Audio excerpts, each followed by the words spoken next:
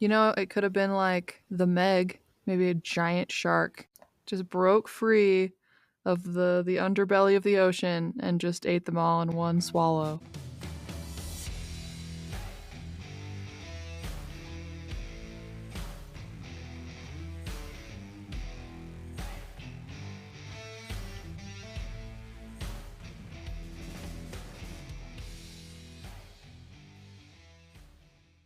Hi, I'm Lila, And I'm Chansey. and this is for Criming Out Loud. Welcome back to another week here on the pod. This week, we wanted to shout out a commenter on the YouTube, Miss Mac Attack 8017. She commented on our episode about Claude Dennis and Michael Lancaster. If you remember, they're the ones that they escaped from prison and then went on like a killing spree across the country. She told us that her family, she was 12 years old when they escaped, and on her family's property, they found out that they had been hiding in their barn one night, and her dad had to call OHP and like report it. So that's pretty crazy. Yeah. Like, especially considering most everybody that came in contact with them during that time died. So they're pretty lucky that nobody noticed they were there until they were already gone. That's terrifying. Like, and also imagine if they had gone out into the barn. Yeah, and they were out at the wrong time. They could have been hurt or killed. What a miracle. Anyway, it is crazy a miracle stuff. There you go. Thanks for sharing, Miss Mac Attack 8017 on YouTube. Yeah, we appreciate it. Yeah, we're glad that people share things. This is super random. I've been watching a bunch of nature shows like National Geographic and all right. I know. Judge me all you want, okay? Survive. No, I got it. It's like a visually appealing podcast. Like you get to see pretty things and cool animals, and you also get to learn stuff. Anyways, you know, it just seemed like something fun and lighthearted. And, you know, because we do a lot of murder research and stuff throughout the week, I was like, it would be nice to have like something else. Well, I was wrong. Nature is brutal. I can't find a single nature documentary that doesn't have animals brutally being ripped apart on screen.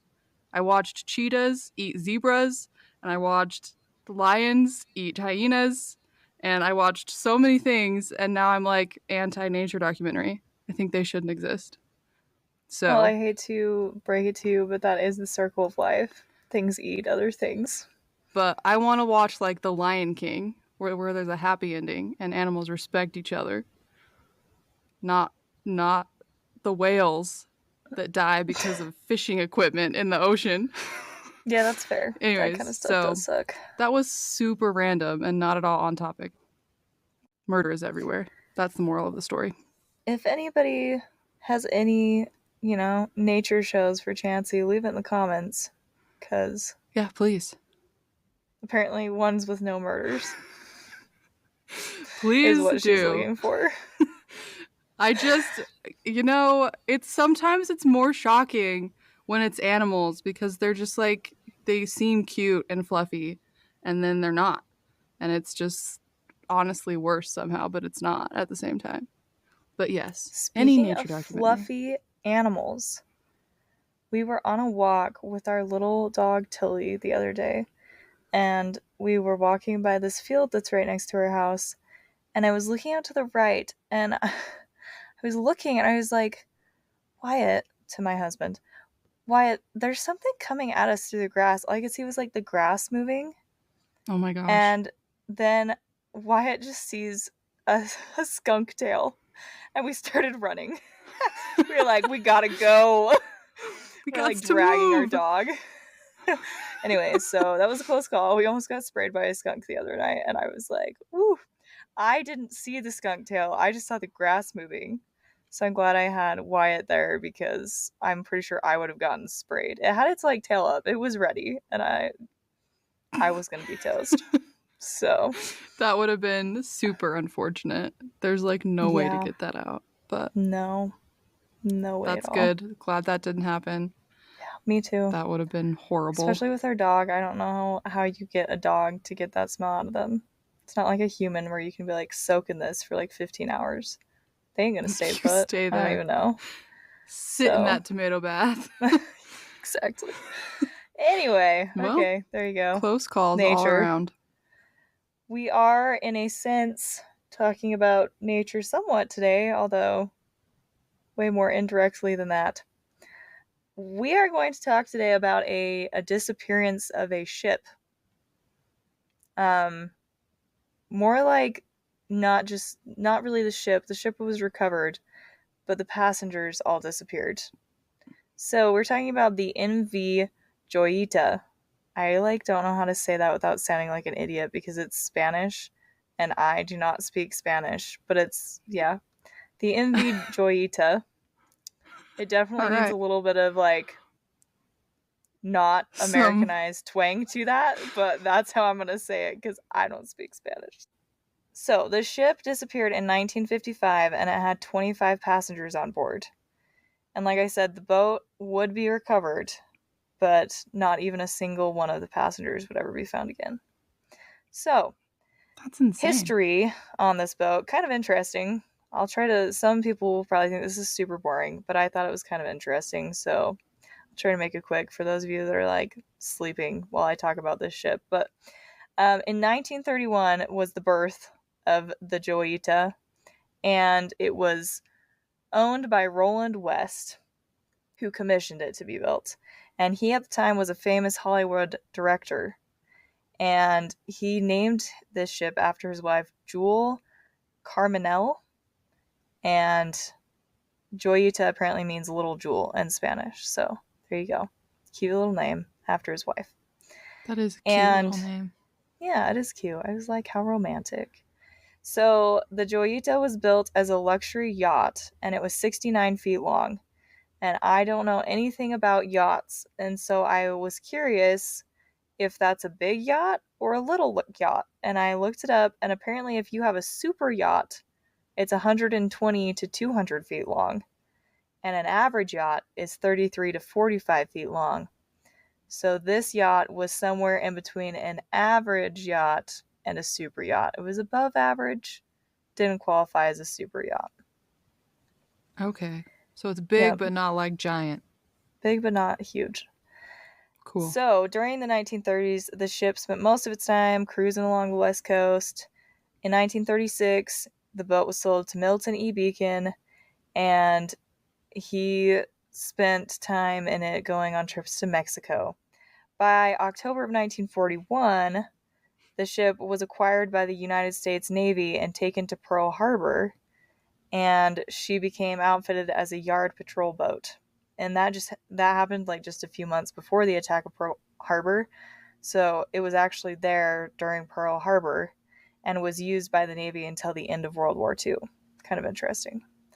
Didn't realize that the Navy would take somebody's personal yacht and be like, thank you, we'll use this as our military ship now, our Navy something or other.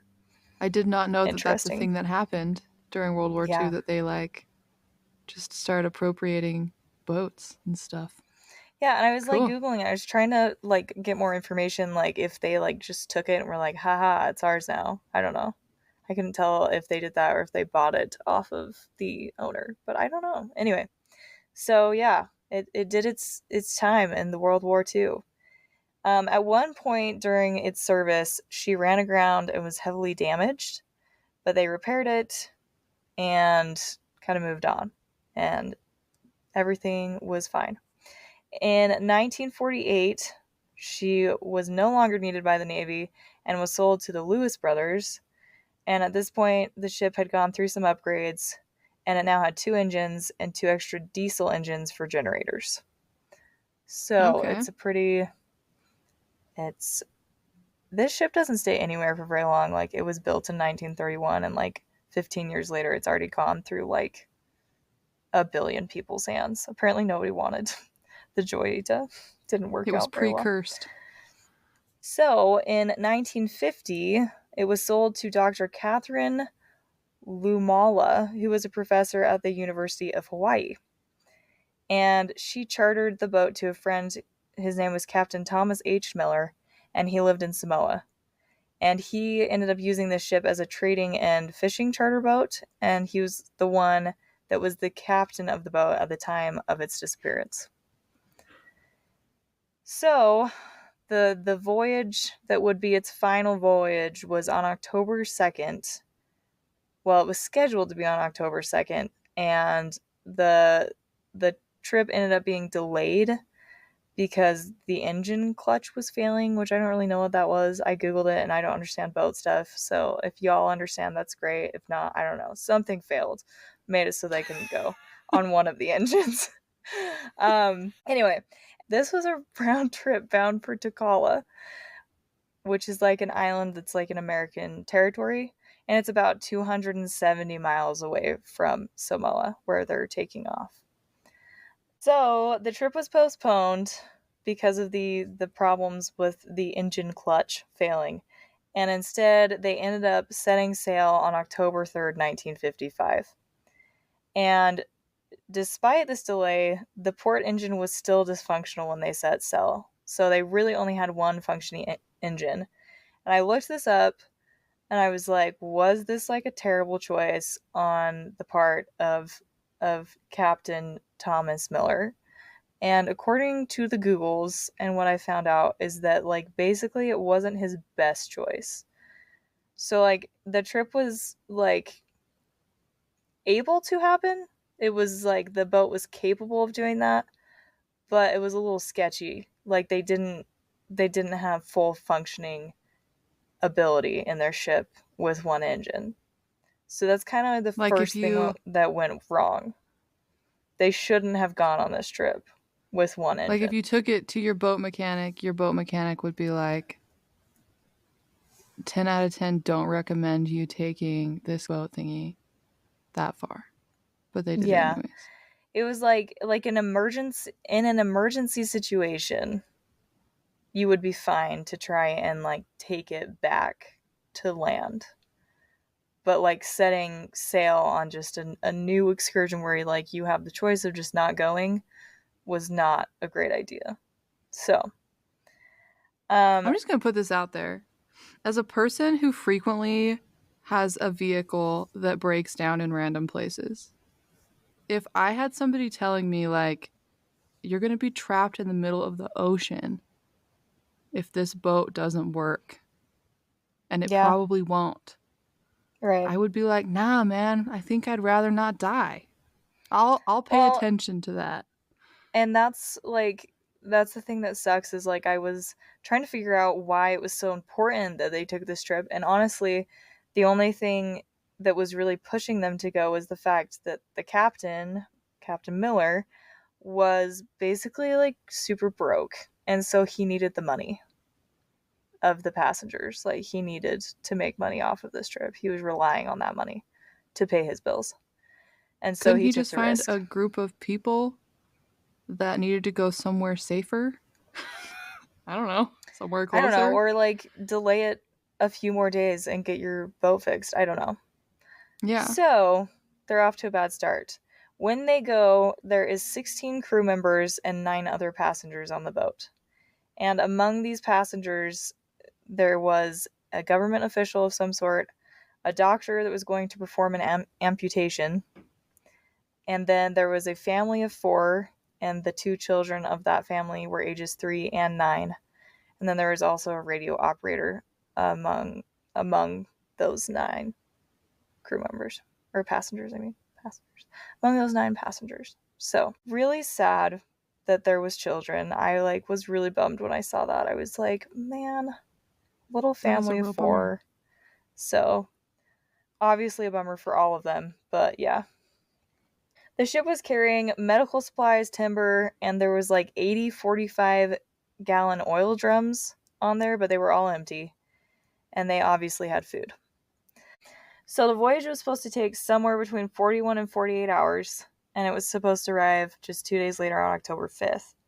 However, nothing happened on October 5th. They were overdue. And so by October 6th, the following day, the ship was reported missing and they were a little bit worried. They hadn't heard any distress signals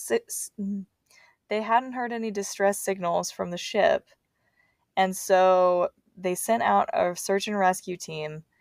And this search and rescue team was actually the Royal New Zealand Air Force. And Ooh, they covered a lot of square miles. They covered 100,000 square miles of ocean. But dang. they found no sign of the Joyita or the passengers aboard. And so nothing happened. Like, nobody saw them. Basically, like, that search lasted like a week. And after not being able to find anything, they kind of just had to move on and just be like, I don't know where they are. They're probably at the bottom of the ocean. I mean, they had to just kind of assume that, yeah, the worst had happened. 5 weeks later, on the 10th of November, a captain of a merchant ship spotted the Joyita, and she was more than 600 miles west of her scheduled route. So she's like way off course. And Chansey, I sent you a map of that if Ooh, you want a to look at map. it. Yeah, a I map. do. So fancy. Oh, And so you can like see, and when you look at this map, from Samoa to Tokelau, it's like not very far. Like they end up doesn't look like it on the map. like 3 times as far away as they should have been going in a completely wrong direction. They're like heading towards Fiji almost, but they're still Yeah. like north of Fiji. Yeah. So they're like they were supposed to go north to Tokelau and they end up west. 600 miles off course. So Okay, really weird, and probably that's why like they odd. didn't find them in their search efforts, because I who knows, I'm sure they didn't think to go the completely wrong direction. No, you would search for them in the area where they were supposed to be, not 600 miles west of where they're supposed to be. Yeah, exactly. So when they find the Joyita, she is partially submerged and listing heavily to one side, and no traces of any of the crew or passengers are found. They do find that 4 tons of the cargo are missing, and they notice that the radio was turned to the International Marine Radio Telephone Distress Channel. That's a freaking mouthful. Yeah. International Marine Radio Telephone Distress Channel. Sorry, I got it. Anyway, and so they think that they were trying to call, and we'll get to it here in just a minute, but something stopped them. So here are the other things that they took note of when this ship was found. They noticed that barnacle growth was high above the waterline on the port side, showing that the Joyita had been listing heavily for some time. So this wasn't like recent. They hadn't been like sailing and then like a day ago had been. They think that it was probably like the night they set sail based on the barnacle growth. By the way, Okay. just for reference, in case you don't know, the port side is the left side of a boat, and I the did not starboard know is that. the right side. So I had to Google Now that. I do. The only time I remember ever hearing those torms, sorry. The only time I ever remember hearing those terms were like when we were on a cruise, because they do talk about it like on a cruise about being on the port Oh, yeah. side and the starboard side. But it's been a minute since I've been on a cruise, like a decade Like 10 plus. years. So Yeah, it's like 10 years. yeah, I I wasn't familiar thought with that. I thought you were going to say that the only time you remember hearing that is from a Friends episode because that's all I could think of was a Friends episode. Oh, There's a that's Friends funny. episode where Rachel is trying to teach Joey how to sail because he accidentally bought a boat in auction. Oh yeah, I do remember that Remember episode. that I just don't episode? remember them talking about that. Yep. Specifically the sides. Okay. I don't know That's why, funny. but I remember that. Friends. Okay, there you go. Friends. So yeah, so it had been listing to the port side, the left side. There was damage to the structure. The flying bridge had been smashed. A flying bridge is apparently just an outlook part, It's like on the front of the ship where you can kind of see all around you. It's like a little outlook area, I guess. Okay. Cool. So that's been damaged and smashed, and the deck house had some lighter damage, not as bad damage, but it did have like broken windows and stuff. Okay. They discovered that a canvas awning had been rigged to the top of the deck house behind the bridge. And if you go to the post, I will post like a picture of the ship and you can kind of see this. You can see that they like made an awning for themselves. Like behind basically the little place where the captain is. I'm so good at the deck house. The little So place good at all where these the ship captain terms. is. This is obviously my wheelhouse right here. For So sure. they also found that 3 life rafts and 1 dinghy that were on the boat were also missing. And I forgot what a dinghy was, which is really dumb because I knew what a dinghy was, but it's a small boat that's basically used to go to other boats. Like all boats have a little dinghy, and it's just that boat that's going to take you somewhere else off of a boat. It's a So, boat within a boat. It's boatception. yeah, It's exactly. dinghyception. So, the little boat and the life rafts, there's 3 of them, they're all missing. The starboard engine is covered. Sorry. The starboard engine was found covered with mattresses. And I was like, what? Mattresses? And in fact, I Googled it to be like, is there a different thing that they're talking about? Is this a boat term that I once again don't know? No, literally, actually, mattresses were covering the engine on the starboard side. And apparently, the mattresses were used either in an attempt to stem a leak or to protect the electrical switchboard from the water that was coming into the ship. Okay. So they So, were like, like, we're they knew they sinking were in and we need danger. the engines. Yeah, they're trying to save it.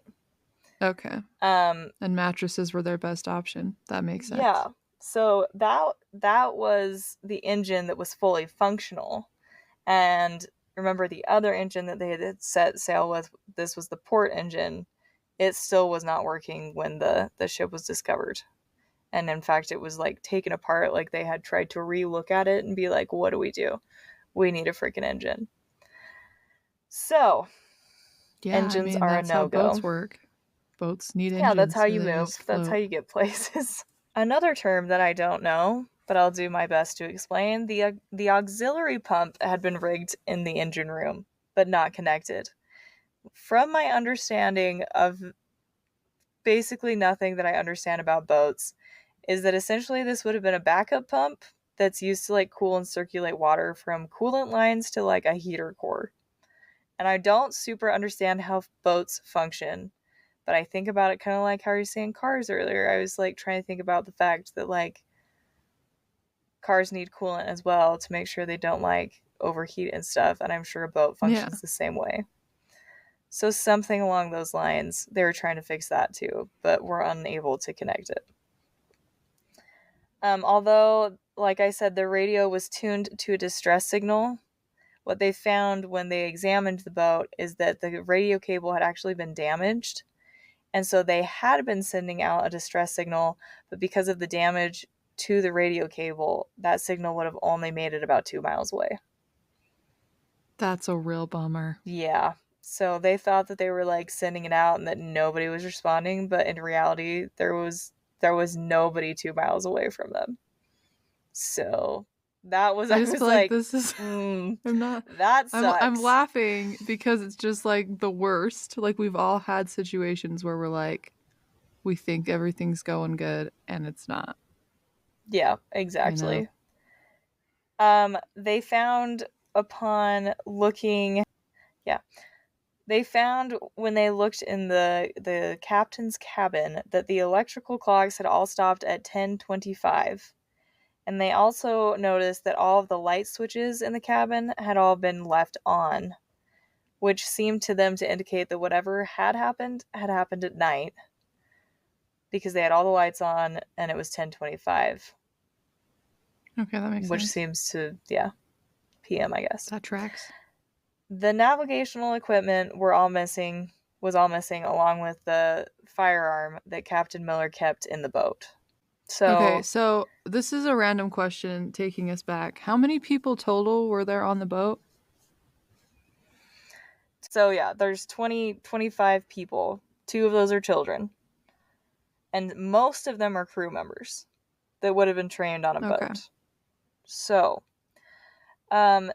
they also found that a doctor's bag was found containing a stethoscope, a scalpel, and 4 lengths of blood-stained bandages. Which is interesting. Like, there was a doctor on board, so, like, that being there in and of itself isn't, like, crazy. But it seems like But he the was, blood like, is weird. working on somebody. Like, something Yeah. happened to somebody at some point. So, they also found that there was still fuel in the tank when the ship had been abandoned, and I didn't read anywhere why they thought this, but they did think that they had abandoned the ship within like 50 miles of their destination. I'm still confused how they think that, and then it ended up 600 miles away from where it should have been. I don't know if it was just Maybe carried they by the just assumed currents. like it broke down. Yeah. They left to go to the island and then they just had to leave the boat and it floated Yeah, 5 weeks must be. towards Fiji. Even though the ship was almost half submerged, the Joyita was not sinking any further. She was like completely stable. It's interesting that they left because remember, they had a lot of food. They built a shelter for themselves on that boat. And it's just interesting that they would have left because I don't know why they would have left. It wasn't sinking anymore. It had like become stable. So I don't know if they left in a rush at the beginning, but it's interesting. I don't know. Yeah, you'd think that like it would be safer to stay on the boat, like the yacht, Yeah. than it would be to like get in a dinghy or swim there with a life jacket Yeah, the last exactly. 50 miles. I mean, 50 miles is But still a long ways. that's a really long ways to go Still in a a long ways to dinghy. go. Yeah. Don't you So have I to don't row know. dinghies? Don't you have to like Yeah. paddle? Yeah, most of the time. Most of the time they're like rowboats. Is there So, any indication that um any people stayed behind, like stayed with the no. boat? No. So Cuz they they didn't would split they up. no, they didn't split up. Everybody got off the boat together. They found, yeah, no indication that they would have done that. Cuz somebody, if that was the case, that person would have Weird. died on the boat. Like, they weren't found Yeah. for 5 weeks. They didn't So, have enough food for that? no, I don't think they would have. But You're anyway, probably so right. yeah, they all left together. So what they ended up doing is they were able to tow the boat back to land, and they were able to actually drain it, and this boat actually lived to be a boat again. It wasn't like fully They dysfunctional, and it repaired wasn't it. ruined. It just, what they found is that they had a pipe that had failed due to corrosion, and it had allowed water to leak in. And Dang. so the tough part about this is that it would have been impossible for the crew to find, because that was like the area that first obviously became submerged in the water. Yeah, So so they they would wouldn't have have been had able to no way know of what was fixing it. causing it. Yeah. Yeah. The biggest question that they did a formal inquiry of the Joyita, and they found that it just didn't make sense for the passengers to abandon the ship, kind of like we had talked about earlier.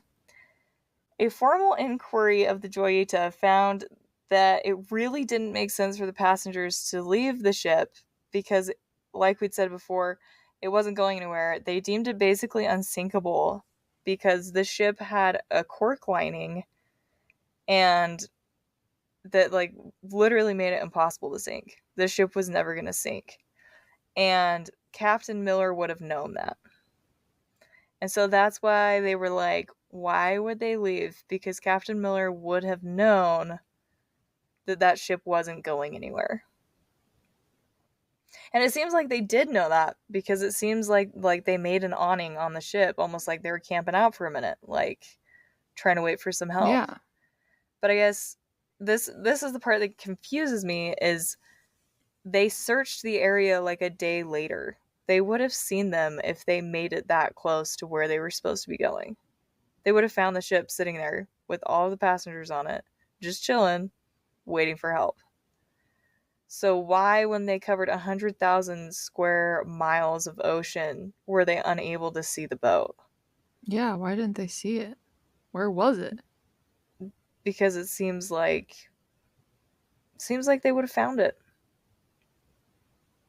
I'm so confused. I don't Like know. even if the passengers weren't on the boat, they should have been able to find it. It's not like it could travel overnight, like completely out of reach of their search area. Right. But at the same time, it's like if they were off course, like how would they have been off course?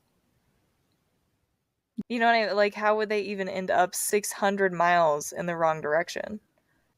The reason they guesstimated that they were able to go as far as they did is because of the fuel tank level.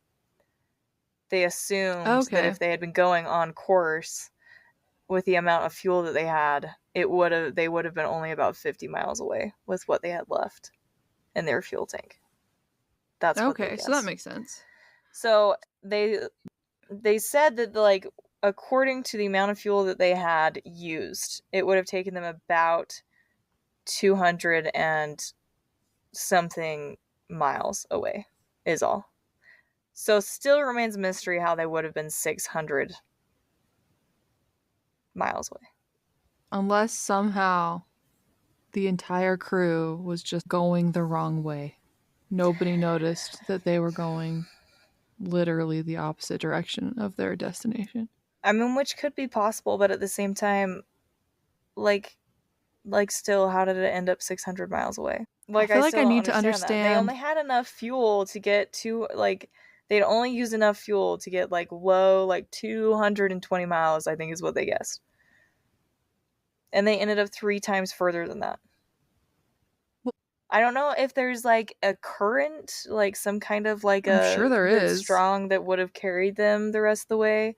I mean, I'm sure there is. They were there for 5 weeks, so you have to imagine that that boat had Like, traveled quite a bit of a way. it's just floating. Like, if you're in the ocean's constantly moving. It doesn't matter where you are. So, like, if you're just sitting there, you're not just going to stay in one spot. Right, You're going to move. So, I right. guess in my head, I had just assumed that they had just, over those 5 weeks, the boat had just floated But it still west. stands. Why in the world were they not found immediately by the search parties? Because that That means is that the question. the first day they would have been in the search party like area.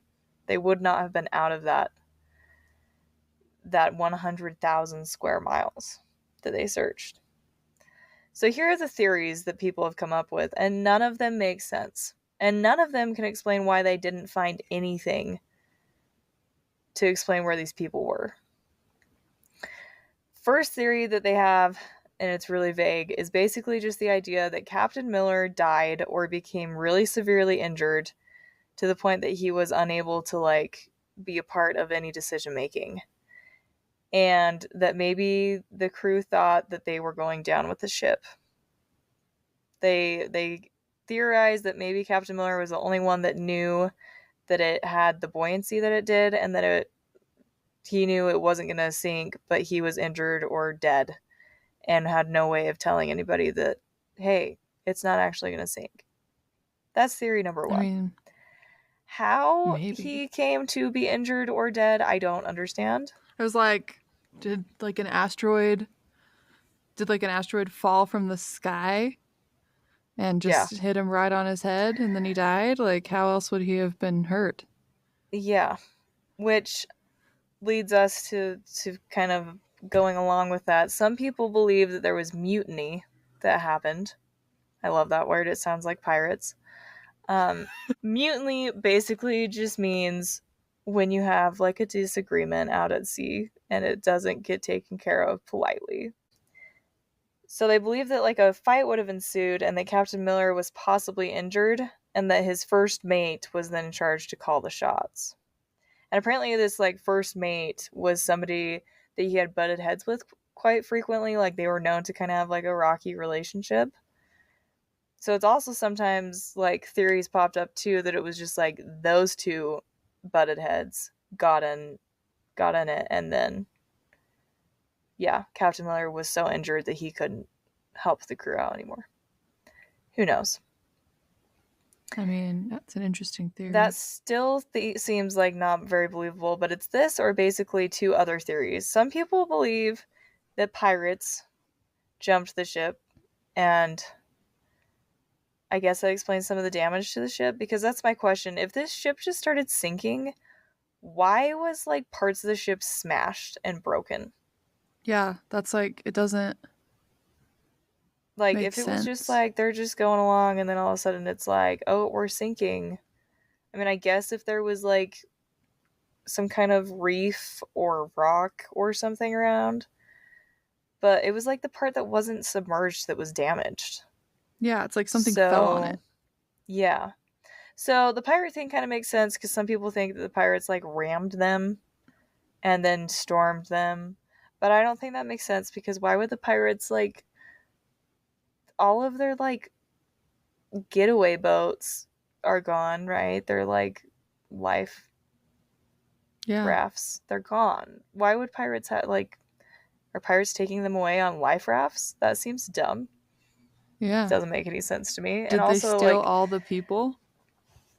If they did, then they wouldn't have had why? time to like make a little shelter thingy and Yeah.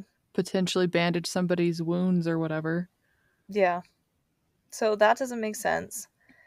I it does make sense because one of the places said that there was 4 tons of their cargo missing, which is a lot of cargo. Don't know where that would have gone. And they saw that on one source though, so I'm not sure how true or false that is. It Yeah. was a separate source that wasn't relating it to the pirates, so it's possible that it is real. And if it is true, then that is weird. And it does But seem like like, somebody did something to the boat and then stole stuff. yeah, I just am But confused because like what did they have? Like they just had medical supplies and food and stuff. That doesn't they seem also had pirate worthy. timber. That's true, I guess. And those empty gas thingies. Yeah.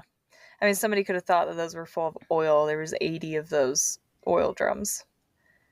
So they could have I guess thought that's that that true. was full from a distance. They wouldn't have known they were empty. So that's a Interesting. theory. Pirates are. Pirates. Sorry. Wow. Every time I think of pirates, I just think of that show Hook. With, Really? yeah, don't know why, I think but of that's what I think Pirates of the of. Caribbean.